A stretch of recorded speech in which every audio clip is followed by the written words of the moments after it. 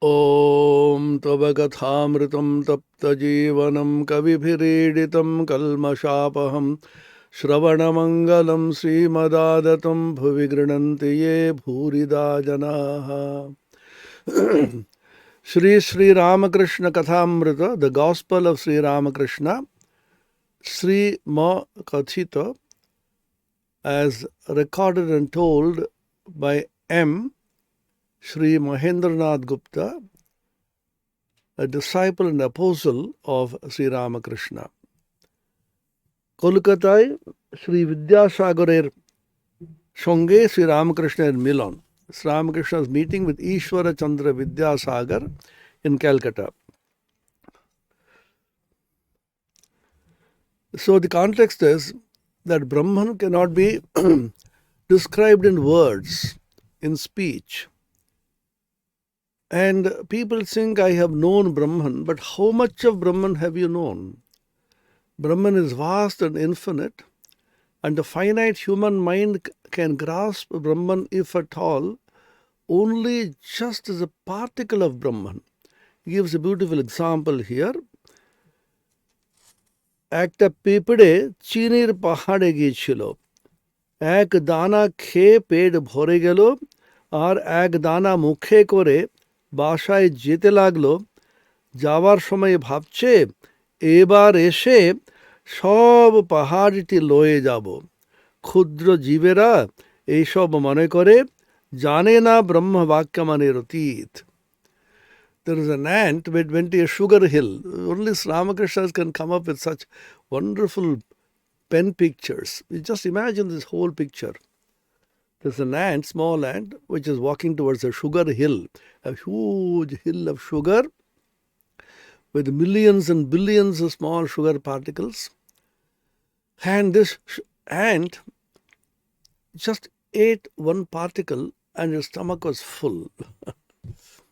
And it took one more particle in his mouth, and walking back to his little hole, he looked back and said, next time on, I will drag this entire hill and put it in my little hole. What can be more telling and what can be more picturesque than this extraordinary description of Sri Ramakrishna about the limitlessness and the infinitude of Brahman? যে যতই বড় হোক না কেন, তাকে কে জানবে? However great a person may be, however saintly, can he really know God, know Brahman? শুকদেবাদি না হয় দেও পিঁপড়ে, চিনির ৮-১০টা দানা নহে মুখে করুক. People like Shukadeva. Shukadeva is considered the greatest of the saints. From childhood, he was completely immersed in Samadhi and God. There's a story that he refused to be born. He is the mother's womb because he doesn't want to get into this world of Maya. So the Devatas were very much worried. They held a quick council and requested Mahamaya to just cover Shukadeva just for a fraction of a second so that he may be born. That is the power of Shukadeva. Shukadeva is Paramahamsa of the greatest order. Even Shukadeva, he says, is only a big ant. A small ant can take one in the mouth and eat one. Shukadeva may be perhaps 8 to 10 grains he can take, that's all. But how many grains are there in the sugar hill? Millions and billions. How can anybody know the infinitude of Brahman? How can anyone claim that he has known Brahman? Swami Shivananda was the second president of the Ramakrishna order, Mahapurush Shivanandaji. When somebody asked him, one of his disciples, have you realized God? Shivanji smiled and said, yes and no. What is the yes and no? He said, have you seen Ganges, the Ganga? Yes, it is flowing, continuously flowing. Has it reached the ocean? Yes, it has reached the ocean. You can see it in the Ganga Sagara. It has reached the ocean, but it continues to flow towards the ocean. Similarly, you reach God, but continue to move towards God, flow towards God, realize the infinite aspects of God, continue to enjoy God in varieties of aspects, the unending process. Spiritual realization has no limits. There is no limit to the realization of God because God is infinite. And infinite can be realized and understood in infinite ways. Dini ananto patho ananto. Ramakrishna used to say, the way to realizing God is infinite because He Himself is infinite. And you can touch Him at some point, realize just a little of His aspect, but how many aspects He has. Tini Shakar, Tini Nirakar, Shakar Nirakarer Pare, Aro Koto Ki. This is Ramakrishna's statement. He is with form, He is without form, He is both with form and without form, He is beyond form and formlessness, and how many more things besides.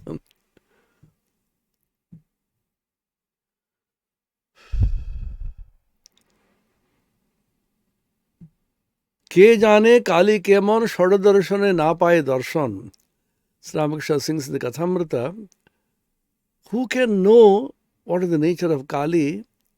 The 6 darshanas, the 6 systems of philosophy cannot even reach a fringe of God's infinitude. They can't even touch Him. So this is one fundamental teaching of Sri Ramakrishna which immediately kills all fanaticism, all one-sidedness, all limitedness. We see a small portion and think that is everything. Swami Vivekananda gave the example of a frog in the well in the series of lectures in the Chicago Parliament of Religions which he gave, starting 11th September, ending 27th September 1893, in which he told a small story, the frog in the well story.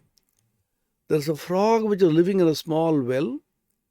Almost whole life is spent in that well. It was born in that well. It was growing in that well. Suddenly it found a big frog, jumped into that well. And it's a strong big frog. And this little frog which has been in the well was terribly curious to know where that other fellow has come from. Then I asked, where do you come from? I come from the sea, the ocean. We don't know whether there are frogs in the ocean, but it's only a story. Then the first frog, that's a sea? What is the sea? Is it as big as my well? Then he jumped from one end of the well to the other end of the well and said, is it as big as that? Then the sea frog laughed and said, how can you compare your little well to the ocean, my friend? Then again he jumped from the other side to this side and said, is it as big as that? Then he said, there is no question of even making a comparison of your little well with the sea, which is vast and huge. Then the first frog said, little frog said, there can't be anything bigger than my well. This fellow is a liar. Immediately there was a fight. This is fanaticism. Swami Vivekananda says, I am a Hindu. I live in the small Hindu well and think that is everything.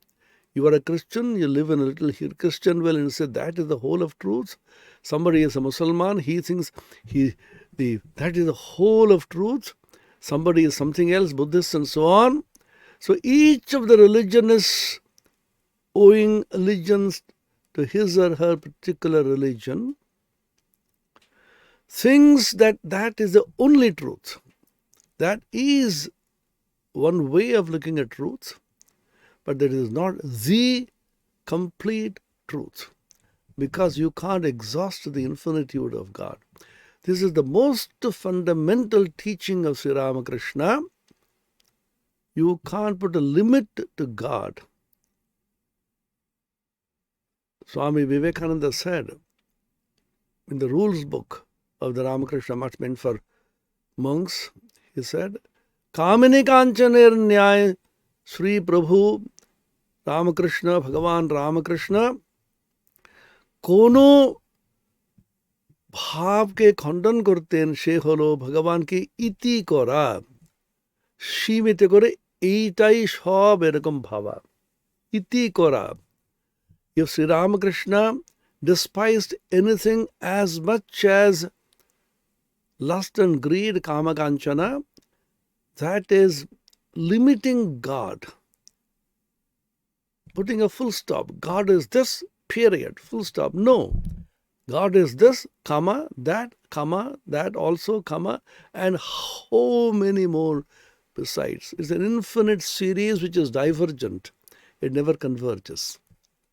Because God's infinity can be caught in a small little thinking.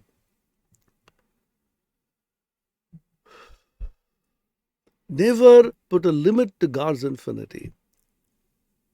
And a person who does it is a fanatic. And all quarrel in the name of religion comes from religious fanaticism. That my religion alone speaks the one truth. All the other religions are wrong. Every religion is a way of realizing the supreme reality, which is infinite and absolute. And it's a partial truth which is realizable by the human mind. Sri Ramakrishna also gives another example. A salt doll went to measure the depth of the ocean. Look at the beautiful imagery. What happens? The salt doll simply melts away. Did the salt doll know the ocean, understand the ocean? Yes and no. What does that mean? It knew the ocean by becoming the ocean. It did not know the ocean as an object. I, as a subject, I know something else outside me as an object. That is knowing. What we normally call knowledge in the world, a relative knowledge, is subject-object relationship knowledge.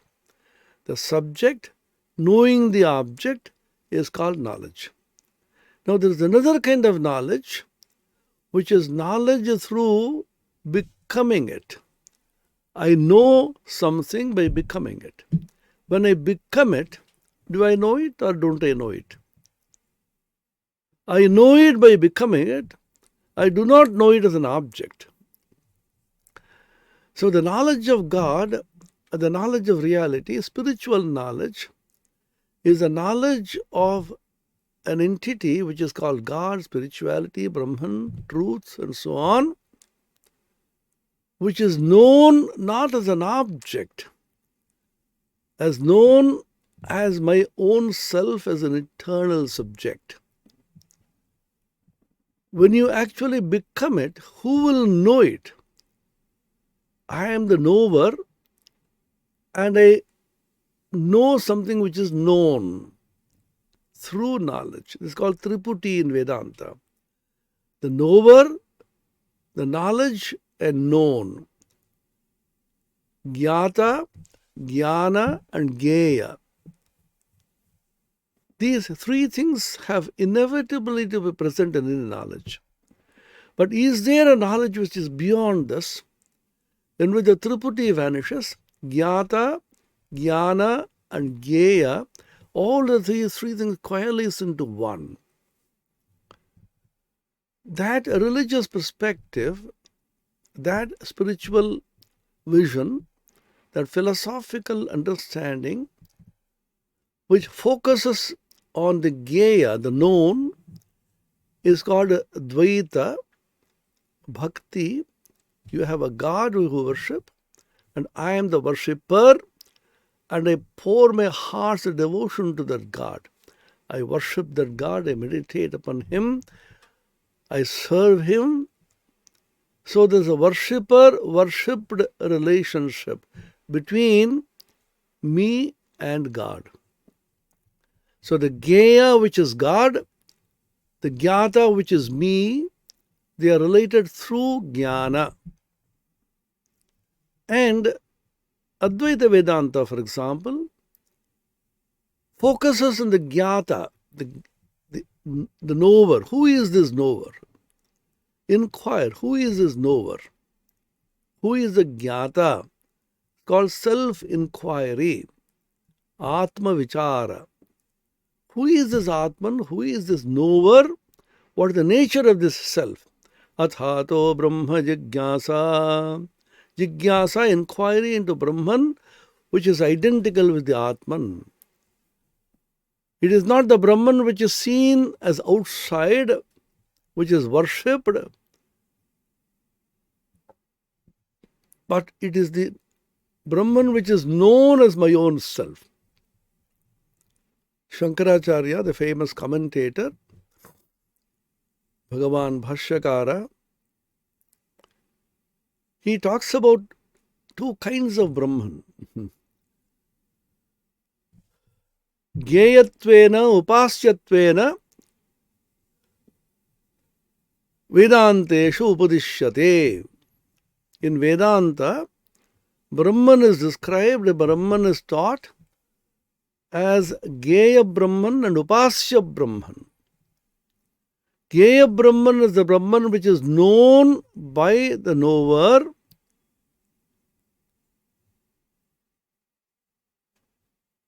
as his own self, Gaya Brahman. In that case, the knower and the known coalesce and merge.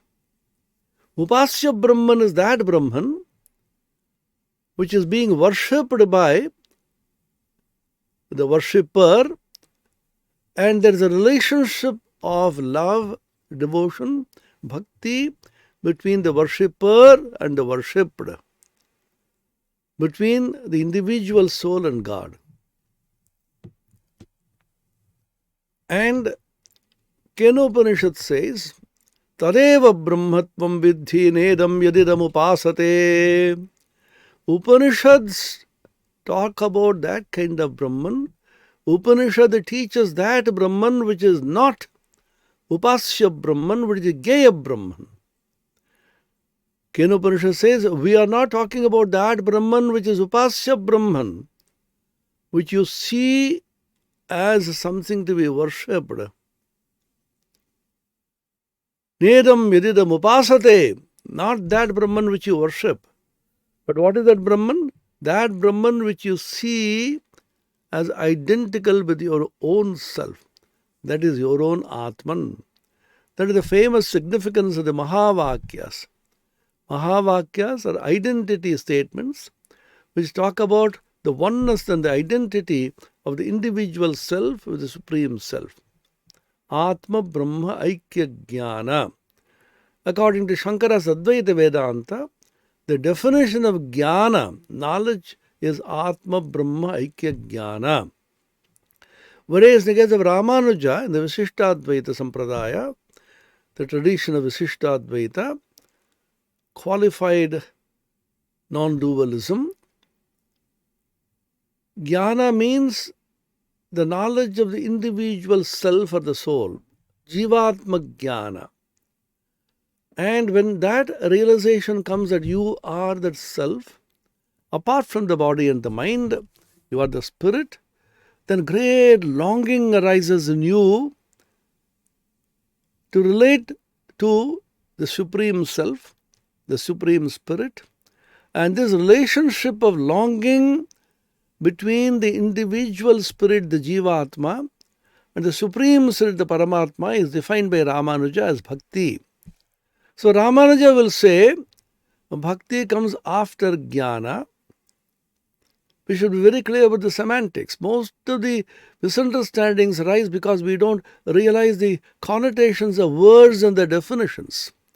These great acharyas define what they mean by Jnana, what they mean by Bhakti clearly. So Ramanuja's idea of Jnana is Jivatma Jnana, Pratyagatma Jnana, and only when you realize yourself as a spirit, you can find relationship with the Supreme Spirit.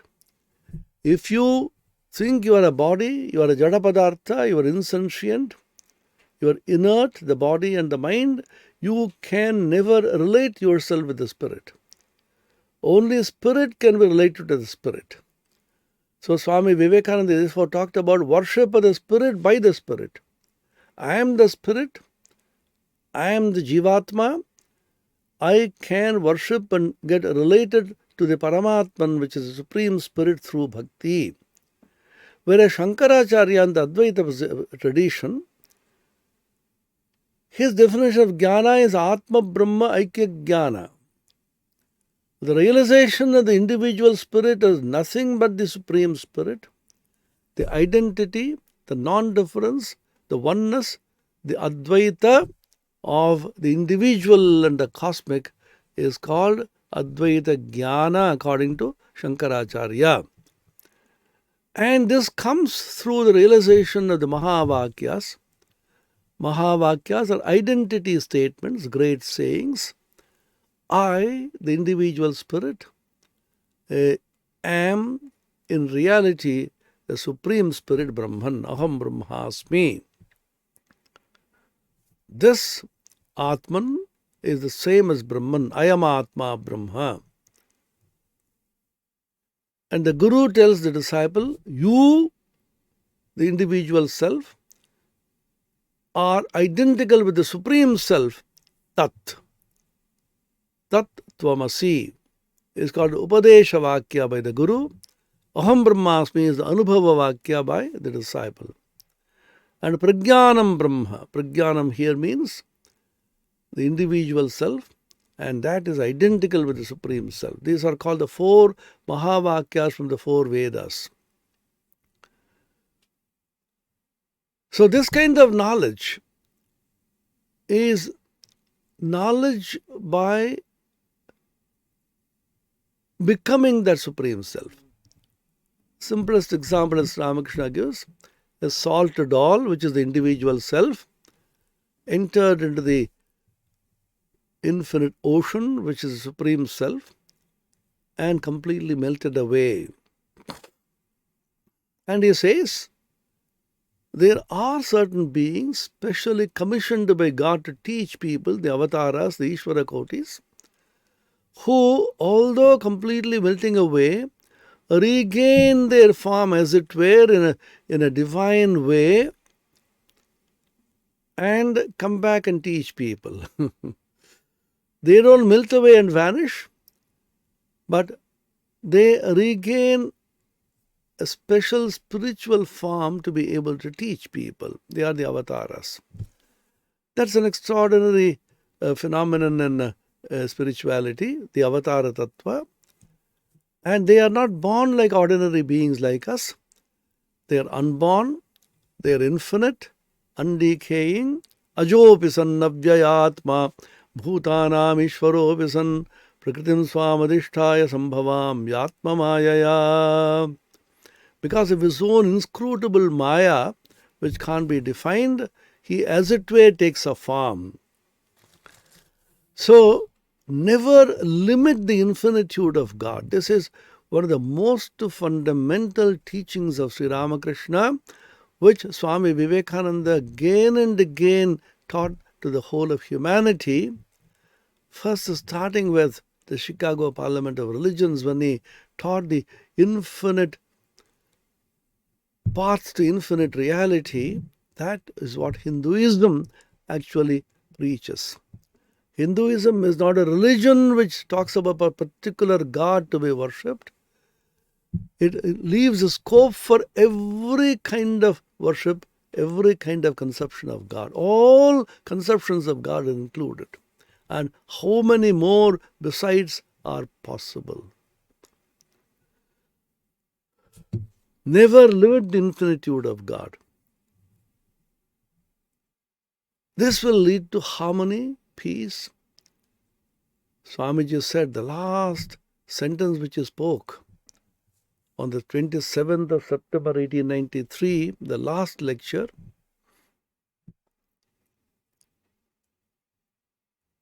what this Parliament of Religions has taught to the world is this: holiness, purity, godliness are not the monopoly of any particular religion or race. Every religion has produced men and women of most exalted character, men of God, women of God.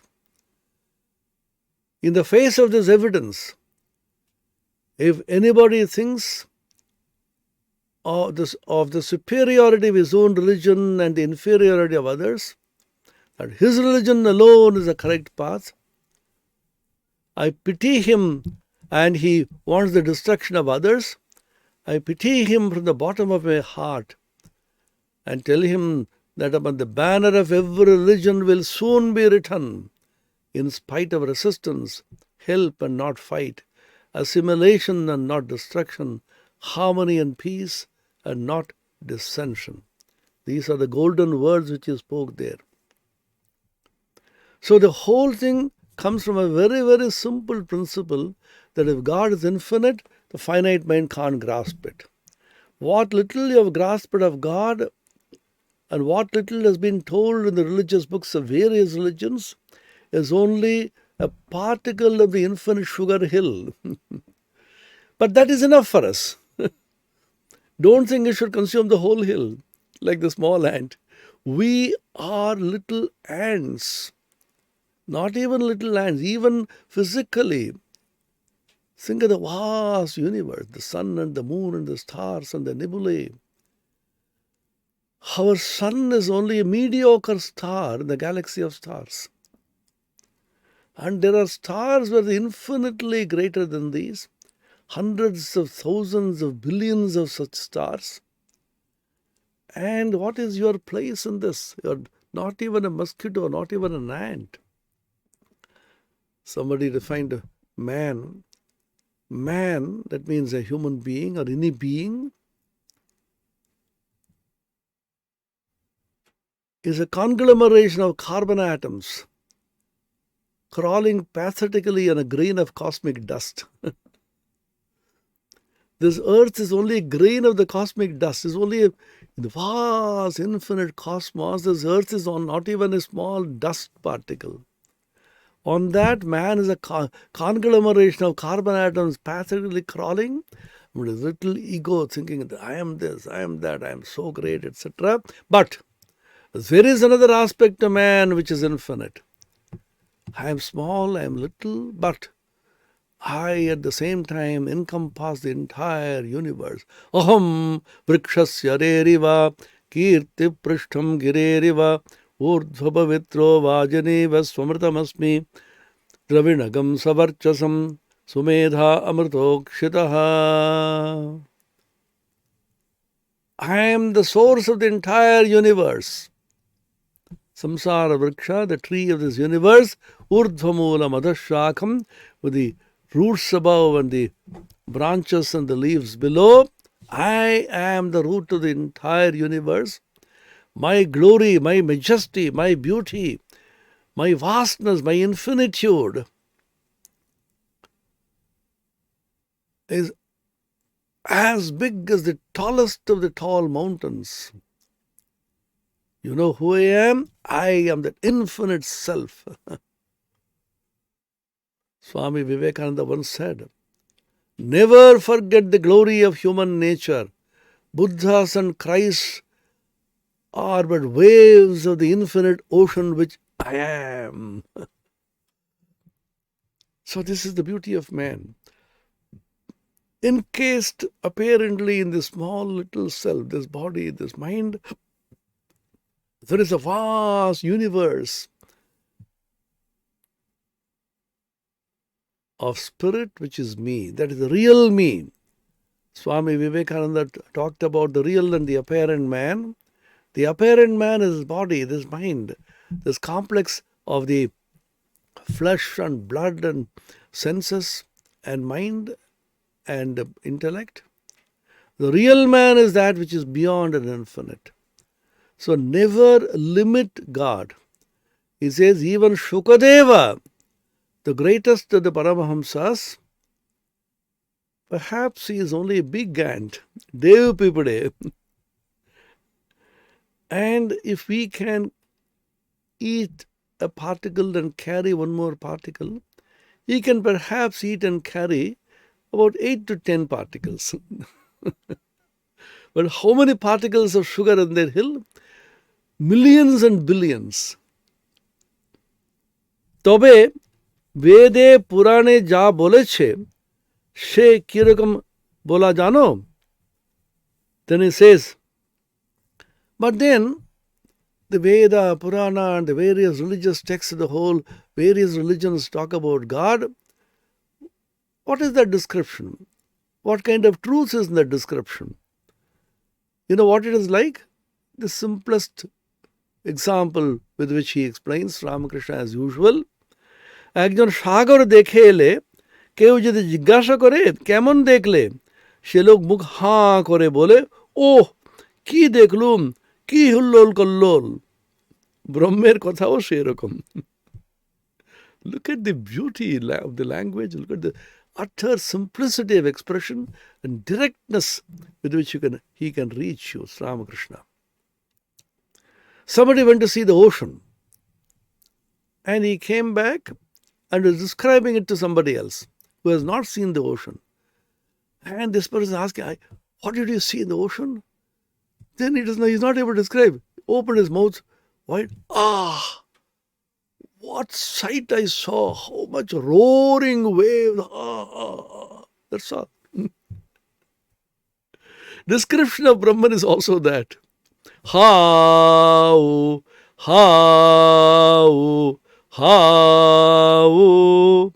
ahamannam, ahamannam, ahamannam, ahamannado, ahamannado, ahamannadaha, ahagga shlokakrit, ahagga shlokakrit, ahagga shlokakrit. These are the descriptions in the Upanishad. How. You are unable to say anything except ha. You can't describe it. Narada Bhakti Sutra describes the same idea in the Bhakti language as follows. Muka asvadanavat. A muka, a person who is dumb, was given a beautiful piece of sweet meat. It was so exceptionally sweet, so delicious. He ate that and said, oh, how do you like it? I said, good.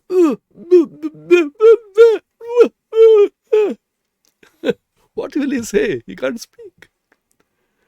So just like a dumb fellow is describing the taste of some delicious sweet which he is eating, this is the description at most you can give. How.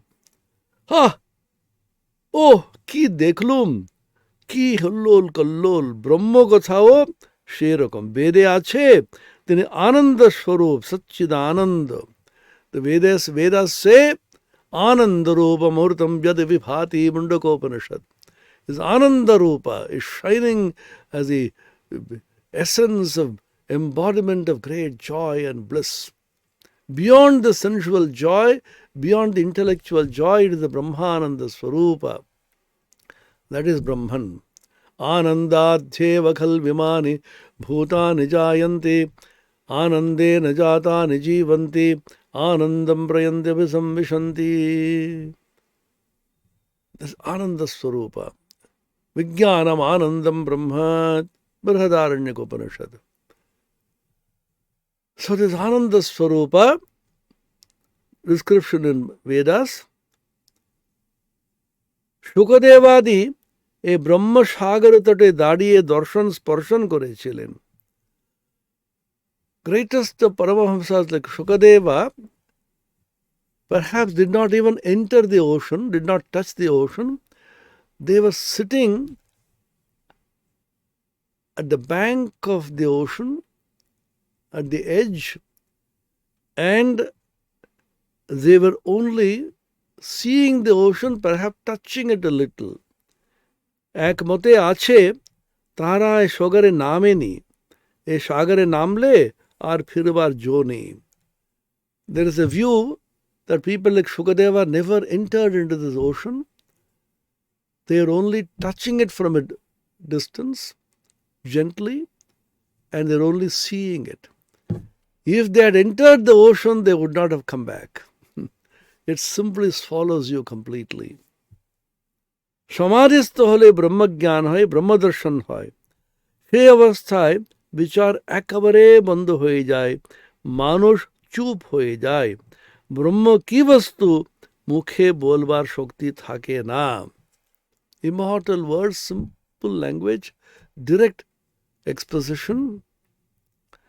If you enter into samadhi, then you realize Brahman, and when Brahmadarshan, realization of Brahman takes place, vision of God happens, then argumentation completely stops. Argumentation, discussion, debate, the entire thing completely stops and you become silent. What is Brahman cannot be expressed in words. The same thing is expressed in the bhakti language also. Sri Ramakrishna is very fond of one song which says, Mother, make me mad with divine love. What need do I have for knowledge and devotion? Amai de ma pagol kore brahmamoyi, de ma pagol kore brahmamoyi, de ma pagol kore. আর কাজ নাই মা জ্ঞান বিচারে, দে মা পাগল করে। ব্রহ্মময়ী দে মা পাগল করে, ব্রহ্মময়ী দে মা পাগল করে। আর কাজ নাই মা জ্ঞান বিচারে। Discussion, intellectual debates. What is the use of all this? I don't want any of these. Make me mad with thy divine love, O Mother. I have no need of anything else. Because once you become mad with love of God in the bhakti language, or enter into the ocean of Chidananda and become it fully, who will come and speak? Vijnata ramare kena vijaniyat. Vrihadaranyaka Upanishad says, who is the Vijnata? Who can know the knower? I am the Vijnata. Who can know the Vijnata? Because you can know something which is an object. So I am the subject. How can the subject become objectified? The objectification of the subject being impossible, I just have to be nothing else. That is Vedanta. Sat. Sat expresses as Chit, Swayam Prakasha, and awareness of existence as bliss, Ananda, Satchidananda. লুনের ছবি লবণ পুত্তলিকা সমুদ্র মাপতে গেছিল, সকলের হাস্য। A salt doll went to measure the depth of the ocean. Immediately everybody burst into laughter. কত গভীর জল তাই খবর দেবে, খবর দেওয়া আর হলো না, যাই নামা অমনি গলে যাওয়া, কে আর খবর দেবে? The salt doll wanted to find out the depth of the ocean and come back and say this much is the depth. So the moment it entered the ocean, it simply melted away. Who will come back and tell you and give you the information about the ocean? একজন প্রশ্ন করেছিলেন, সমাধিস্থ ব্যক্তি যাহার ব্রহ্মজ্ঞান হয়েছে তিনি আর কথা কন না, কথা বলেন না? It's a very pertinent question. Then what about people who actually talk about God, the great incarnations, like Rama, Krishna, Ramakrishna, Jesus, Muhammad, Christ, Buddha? All of them talked about God in their own way, religious instructions they gave, and they awakened the consciousness of humanity. How could they speak if they had melted away? So does a Brahmajnani never come back and speak and teach? This is a very important question. He has to, because if he doesn't happen, Shastra anarthakya prasanga will come. That means all the scriptures of all the world religions will become meaningless. Why? If you say you get lost in the infinite Brahman and God and can't come back, can't speak anymore, then who is the author of these various religious teachings? The Bible, the Quran, the Vedas, the Puranas, the Upanishads. Who are the authors of this? You should logically conclude that these teachings were given by people who had not realized God. That means all the Shastras will be meaningless. All the scriptures of the world religions will become absolutely meaningless because they have been taught by lesser people who have not realized God. That is not acceptable, and therefore you have to say these great religious teachings were given out by people who had seen God, realized God, entered into the Spirit of God, got lost in God, and have come back mysteriously by some divine will to teach mankind. These are the Adhikarika Purusha, specially commissioned beings, the Ishvara Kotis, who the Ishvara avatars, the incarnations, divine manifestations of God. Sri Ramakrishna, Vidyasagar Adira Prati, talking to Vidyasagar and others, Shankaracharya লোকশিক্ষার জন্য বিদ্যার আমি রেখেছিলেন। ব্রহ্মদর্শন হলে মানুষ চুপ হয়ে যায়, যতক্ষণ দর্শন না হয় ততক্ষণই বিচার. People like Shankaracharya especially mentions the great Jnani, talked about Advaita. He, after realizing the infinite Brahman,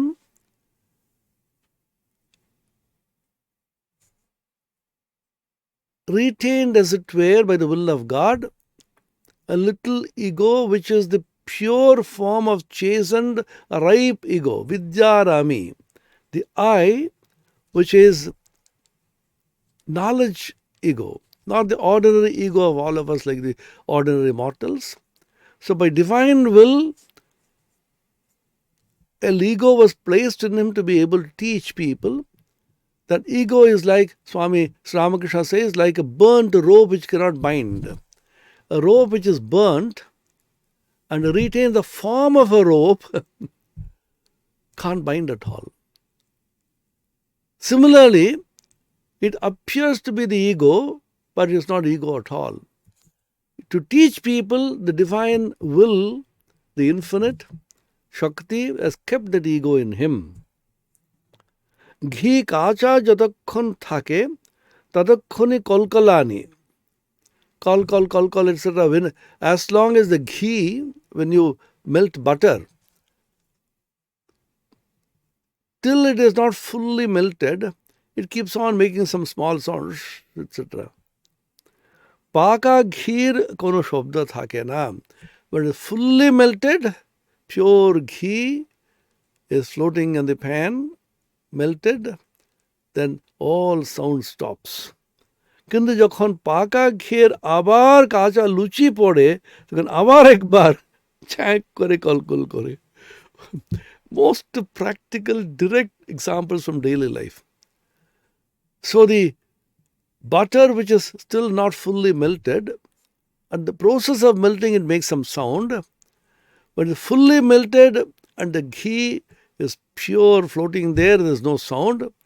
Once again, if you want to fry something like luchi, etc., like puri, and you put something there, again some sound comes. যখন কাঁচা লুচিকে পাকা করে তখন আবার চুপ হয়ে যায়. And when the frying is complete, once again it becomes completely soundless. তেমনি সমাধিস্থ পুরুষ লোকশিক্ষা দেওয়ার জন্য আবার নেমে আসে, আবার কথা কয়. Similarly, samadhistha purush, a person who is immersed in samadhi, for the sake of lokasiksha, for teaching people, he comes down from that state of samadhi and begins to talk, begins to discuss, begins to teach. যতক্ষণ মৌমাছি ফুলে না বসে ততক্ষণ von von করে. As long as his bee is not sitting on the flower to sip honey. He is moving around the flower. ফুলে বসে মধু পান করতে আরম্ভ করলে চুপ হয়ে যায়. But when he sits on the flower and starts sipping honey, it becomes quiet.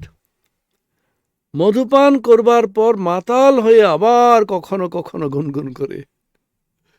After having drunk the honey, sipped the honey in full, out of tremendous joy of having drunk the sweet honey, again it makes some sound. See, practical, direct examples from daily life. Similarly, as long as you have not realized God, you go on discussing God, discussing various scriptures and talking and so on. The moment you start realizing the beauty of God, the essence of God, you simply become quiet. And after having realized Him, again it was joy and realization, like ha-oo, ha-oo, ha-oo. You dance and sing in joy. পুকুরে কলসিতে জল ভরবার সময় ভগ ভগ শব্দ হয়, পূর্ণ হয়ে গেলে আর শব্দ হয় না. সকলের হাস্য. Because everybody can easily understand, relate to this. When you go to a pond, in villages he saw all this. And women used to fill their pitcher with water. When you put the pitcher in the water and the water is entering the pitcher, then it makes sound. Bhan bhan. Bhag bhag shabda hai. So there is a sound. Bhag bhag bhag, it is entering. তবে আর এক কলসিতে যদি ঢালাঢালি হয় তাহলে আবার শব্দ হয়. When it is full, there is no sound. But when this water is poured into some other vessel once again, there is again some sound. Oh, these are all such simple ways of expression. Similarly, as long as a person has not realized the infinitude of God, he keeps discussing and then he is debating, trying to find out the nature of God. He studies the Vedas, the Puranas, the Upanishads, the Bible, the Quran, the great scriptures of the world. Dhammapada, Zindavasta and so on. Tries to understand. When he begins to taste God, enter into the spirit of God, some awakening takes place. The door opens when he enters into the world of light. Then he can't speak anymore. All his senses are completely stilled. Then becomes absolutely calm. Prashanta manasam henam yoginam sukhamuttamam upaiti shantarajasam brahmabhutamakalmasham. Shanta rajasam, all his activity, inner and outer, becomes completely quelled, calmed down. Mind becomes tranquil and enjoys great bliss within. So when the pitcher is full, there is no more sound. But specially commissioned people, the avatars, the incarnations of God, the divine manifestations, when they teach others out of compassion, in that teaching, they talk, they discuss, they awaken people. Like Sri Ramakrishna, he sang and danced, taught, spoke, and people used to be highly elevated, awakened. So once again, when this water is being poured into another vessel which is empty, again it makes sound. These are the examples. The example of a pitcher full of water. When it is being filled, there is sound. When it is full, there is no sound. Once again, when the water is transferred to another vessel, there is sound. The example of a bee. When the bee is not settled on the flower, there is sound.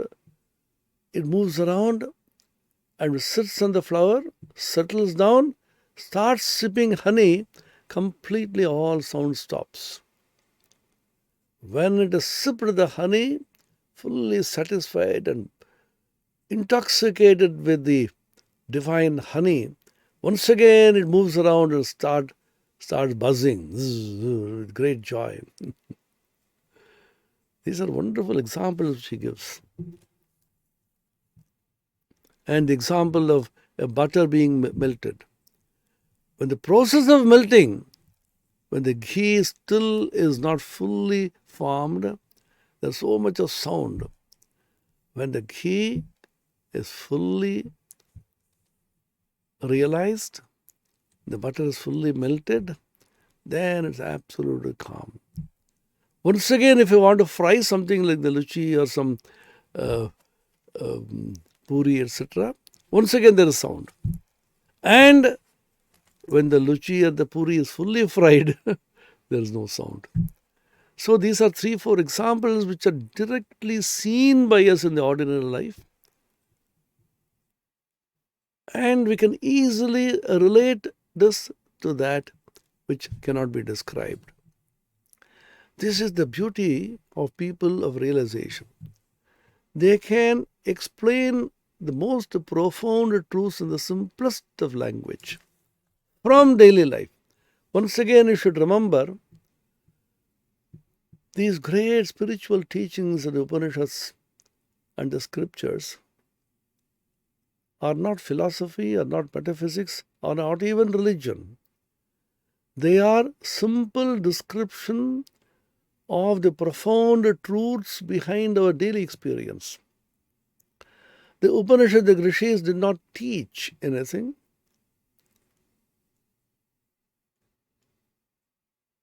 They investigated into the meaning of life. They interrogated life itself. They asked very simple questions about who we are, where we came from. King karanam brahma kutasma jata jivasmakena kvacha sampratishta. Shvetashvatara Upanishad begins by this question. Kim karanam brahma kutasma jata. What is the cause of this world? Brahmavadino vadanti kim karanam brahma kutasma jata jivamakena kvacha sampratishta adishthita kena sukhetareshu vartamahe brahmavido vyavastham.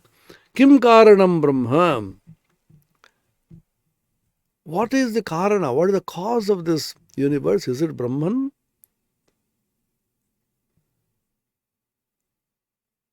Kutasma jata, where from have we come? Where from we are born? What is the origin of all this universe of various beings, living and non-living beings? What is our sustaining force by which we are living?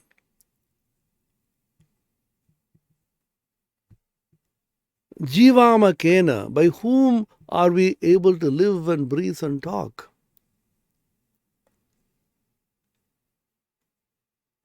Kvacha sampratishta, ultimately, what is our being? Where do we ultimately stay? Where are we established ultimately?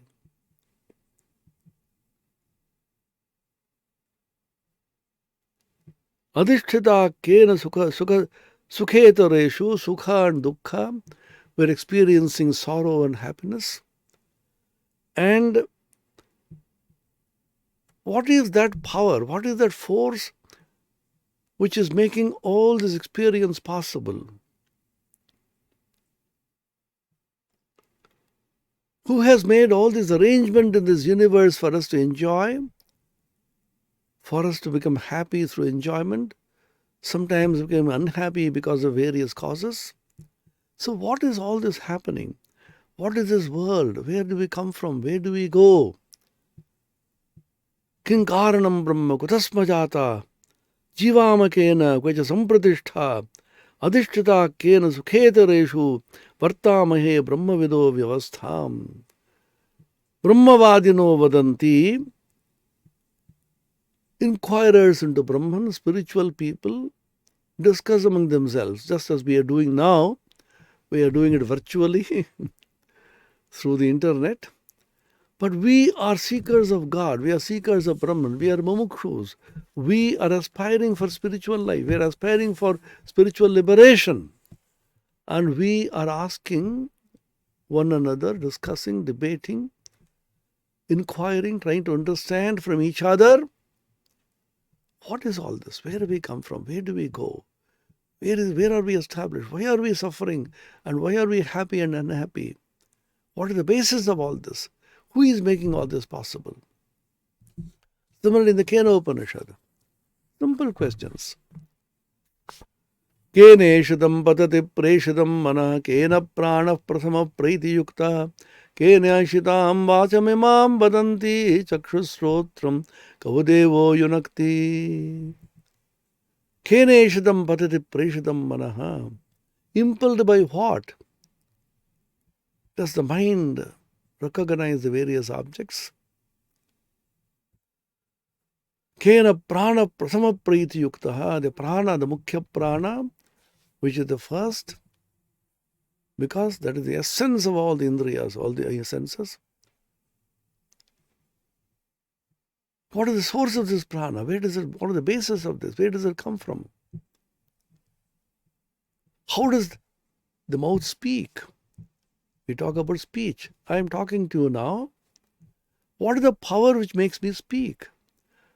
I am animated by something else. Is it the mouth which speaks? Chakshushrotram kavadevo yunakti. Which is the devata? Which is the luminous being? Which is the spiritual force within me which is driving me to see, to hear, to talk, to understand through the mind? What is that power? Is it the mind which thinks? Or behind the mind is some other power? Is it the eye which sees? Or behind the eyes there is some power which makes the eyes see? What is that? The answer is given a very enigmatic verse, language. Shrotrasya srotram manaso mano yad vacho havacham savu pranasya pranaha chakshusha chakshurati muchadhira pretyasmal loka adamrita bhavanti. It is not the prana which is functioning, animating, which is not the eye which is seeing, it is not the ear which is seeing. How can you describe this?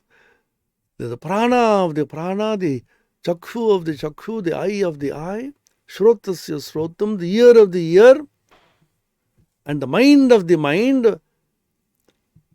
By realizing that supreme being which is behind all this, a person attains immortality. It is not religion, it is not spirituality, it is not philosophy, it is not metaphysics. It is inquiry into our daily experience. Again and again I emphasize this aspect because Indian spirituality of the rishis is not philosophy, metaphysics. It is not a theory. It is just a curious inquiry into our daily state of existence. You may ask, what is the need of inquiring? A thinking, rational human being has to inquire about something. What does science do? Science is asking questions about the external world. Why does all this happen? Physical sciences inquire into the physical world. Biological sciences and life sciences inquire into the life, world of life. And spiritual sciences inquire into the life of, into consciousness. Mental sciences inquire into the mind, the psychology. Because all this is what you are. I feel I am the body. I operate through the senses. I think through my mind. And there's a consciousness which I feel, which I am. What is all this? Who am I? Where do I come from? Suppose I die this moment, which could happen anytime to anybody. Where does the soul go? What happens to him? These are certain very simple questions you have to ask If not today, tomorrow. You may wish away these questions temporarily, sweep them under the carpet out of fear. Oh, I don't want to ask these questions. Let them come much later. Let me enjoy. My dear man, how long can you enjoy? Nature will come and catch your throat and give you tight slaps on your two cheeks and asks you, come on, behave. Ask certain fundamental questions if you can claim to be a human being. The animals don't ask. A cat or a dog does not ask these questions. We don't know, of course. But you as a human being have to be an inquirer. Jigyasu. That's why the spiritual sciences of India, Vedanta, is an inquiry. Brahma Jigyasa. Jigyasa means inquiry. When you inquire, what do you do in inquiry? What do you do in science? What did Newton and others do? He asked a simple question of why does this apple fall?